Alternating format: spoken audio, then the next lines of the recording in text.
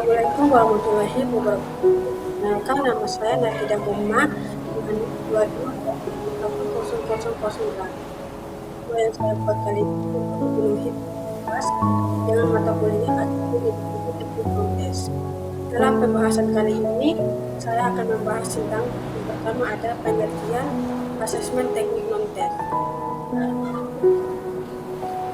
Penelitian asesmen teknik non-tes menurut Helen, penilaian non-tes adalah sebuah teknik pengumpulan data yang dapat digunakan dengan instrumen yang tidak standar jika penyebut suatu untuk menilai aspek perilaku, seperti sikap, minat, perhatian, serta sikap. Memahami bahwa penilaian bukanlah tentang mengikuti sebuah teknik yang digunakan untuk mengevaluasi sifat, sikap, kepribadian, dan lain-lain. Metode non-tes tidak boleh digolongkan sama dengan metode yang terstandarisasi. Metode non-tes karena metode non-tes lebih terstandarisasi kepada metode pengujian ataupun metode tes yang terstandarisasi. Metode penelitian berbasis non-tes yang dimana sebuah pengujian data merupakan sebuah aspek penting dari penelitian secara umum, termasuk pengajaran serta penerimaan nasihat. Konsultasi baru dapat dilaksanakan lebih baik apabila data mengenai konseling ataupun klien yang dilayani tersedia oleh kami untuk mengetahui beberapa pengumpulan data yang tergolong evaluasi non-tes dalam jasa konsultasi antara lain. Pertama itu ada wawancara.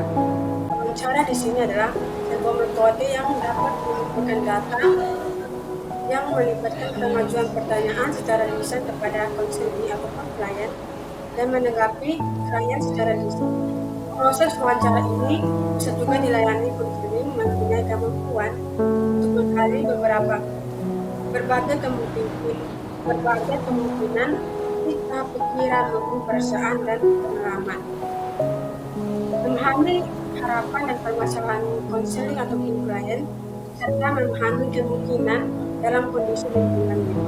Penggunaan penilaian wawancara dalam layanan konseling ini, konseling mempunyai beberapa keuntungan. Selain itu, memperoleh informasi detail yang menjalin hubungan baik sehingga meningkatkan kedekatan antara lawan bicara ataupun antara klien dan konselor. Konselor ataupun klien mengembangkan kemampuan konselor dalam menerima kliennya dengan baik dan ramah dan menumbuhkan kepercayaan dalam hubungan antara konselor dan konseling agar konselingnya nyaman untuk melakukan konseling.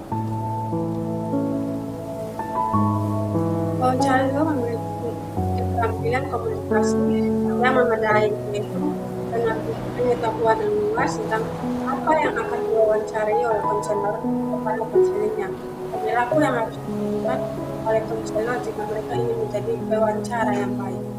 Memahami simpati dan empati terhadap klien ataupun konselingnya. Itu ada melakukan kontak mata selama wawancara, bersikap terbuka, ramah, penuh perhatian, tidak menghakimi dan tidak menggurui. Dalam wawancara ini juga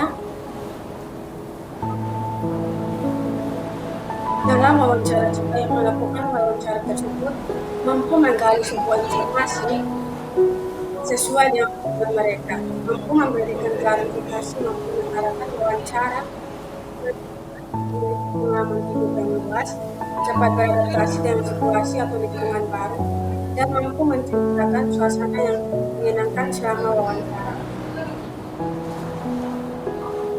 Yang kedua itu ada observasi. Observasi ini merupakan sebuah teknik yang dimana mengumpulkan data yang dikumpulkan secara sistematik dengan cara mengamati dan mencatat gejala-gejala yang dalam melakukan konseling ataupun meneliti kliennya. Sebagai sesuatu metode dalam evaluasi non-tes, observasi mempunyai arti baru-baru. Pertama, memberikan informasi yang tidak tersedia melalui ada memberikan informasi yang tidak tersedia melalui Melalui metode lain, memberikan informasi tambahan yang telah diperoleh dengan menggunakan teknologi lain dapat mendapat perilaku aktual yang sebelumnya tidak diketahui. Observasi ini merupakan strategi observasi memfasilitasi pengembangan topik observasinya. Terus, menurut Vibo Walgito, alat tinja harus dipenuhi dengan sebaik-baiknya agar sebuah observasi yang dilaksanakan dapat berhasil secara baik. Karena observasi dilakukan dengan alat tinja, segala sesuatu yang dapat ditangkap dengan alat tinja itu harus dipenuhi. Juga dapat dianalisis. Oleh karena itu, observasi adalah sebuah masalah yang khusus. Orang-orang melakukan observasi atau konservasi harus sangat hati-hati sebelum melakukan. Ketiga itu ada angket. Angket ini merupakan sebuah teknik pengumpulan data dalam bentuk evaluasi tes yang berupa serangkaian yang diajukan kepada pelanggan ataupun konsumen.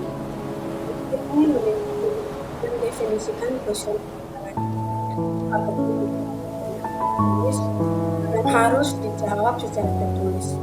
Alat penilaian ini biasanya terdiri dari penelitian kuesioner, tujuan, dan petunjuk pengisian kuesioner, pertanyaan yang dapat dijawab ataupun fakta. Survei ini dirancang untuk mengumpulkan berbagai informasi tentang kebutuhan yang diberi dari saran yang diberikan kepada konsumen, termasuk informasi pribadi, konseling, informasi seperti keluarga, riwayat kesehatan, latar belakang pendidikan, hobi, serta lain-lain. Data yang diperoleh akan digunakan untuk tujuan berikut. Itu ada mengumpulkan informasi sebagai bahan dasar dalam rangka menyusun program, pasti informasi yang diperoleh dengan metode lain, mengevaluasi program dan mengambil sampel pada penelitian. Angket tertutup itu terbuka.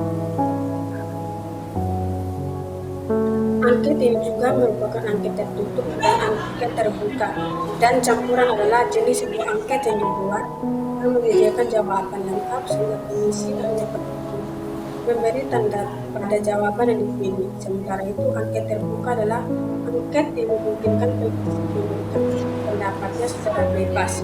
Angket campuran adalah angket yang menggabungkan angket terbuka dan tertutup.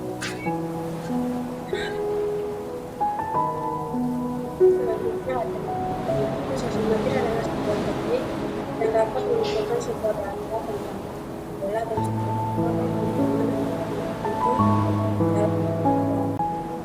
metode ini didasarkan pada gagasan bahwa kelompok hubungan manusia yang kompleks. Penggunaan ini memiliki beberapa dibandingkan metode dengan kata lain, melalui penggunaan sosiometris ini, konselor mempunyai kesempatan untuk memahami bentuk-bentuk hubungan sosial yang terjadi antara klien dalam perwakilan posisi populer apa yang ditempati pelanggan dalam grup ataupun dalam kelompok. Ada beberapa yang terilustrasi posisi pelanggan. Penggunaan hasil sosiometri ini kesempatan kepada konselor untuk berbagai proses meningkatkan hubungan dengan klien dan kelompok.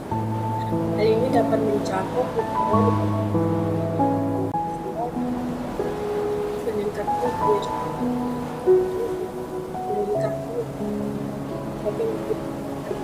situasi dan kemudian yang dalam.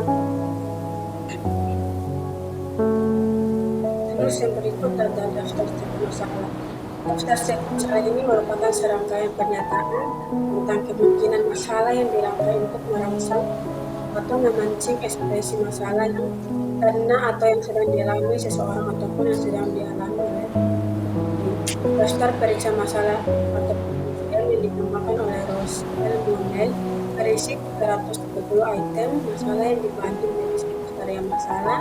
Dengan masing-masing ada masalah berisi 30 item masalah. Terdapat satu area masalah lagi yang mencakup 14 pertanyaan tertutup.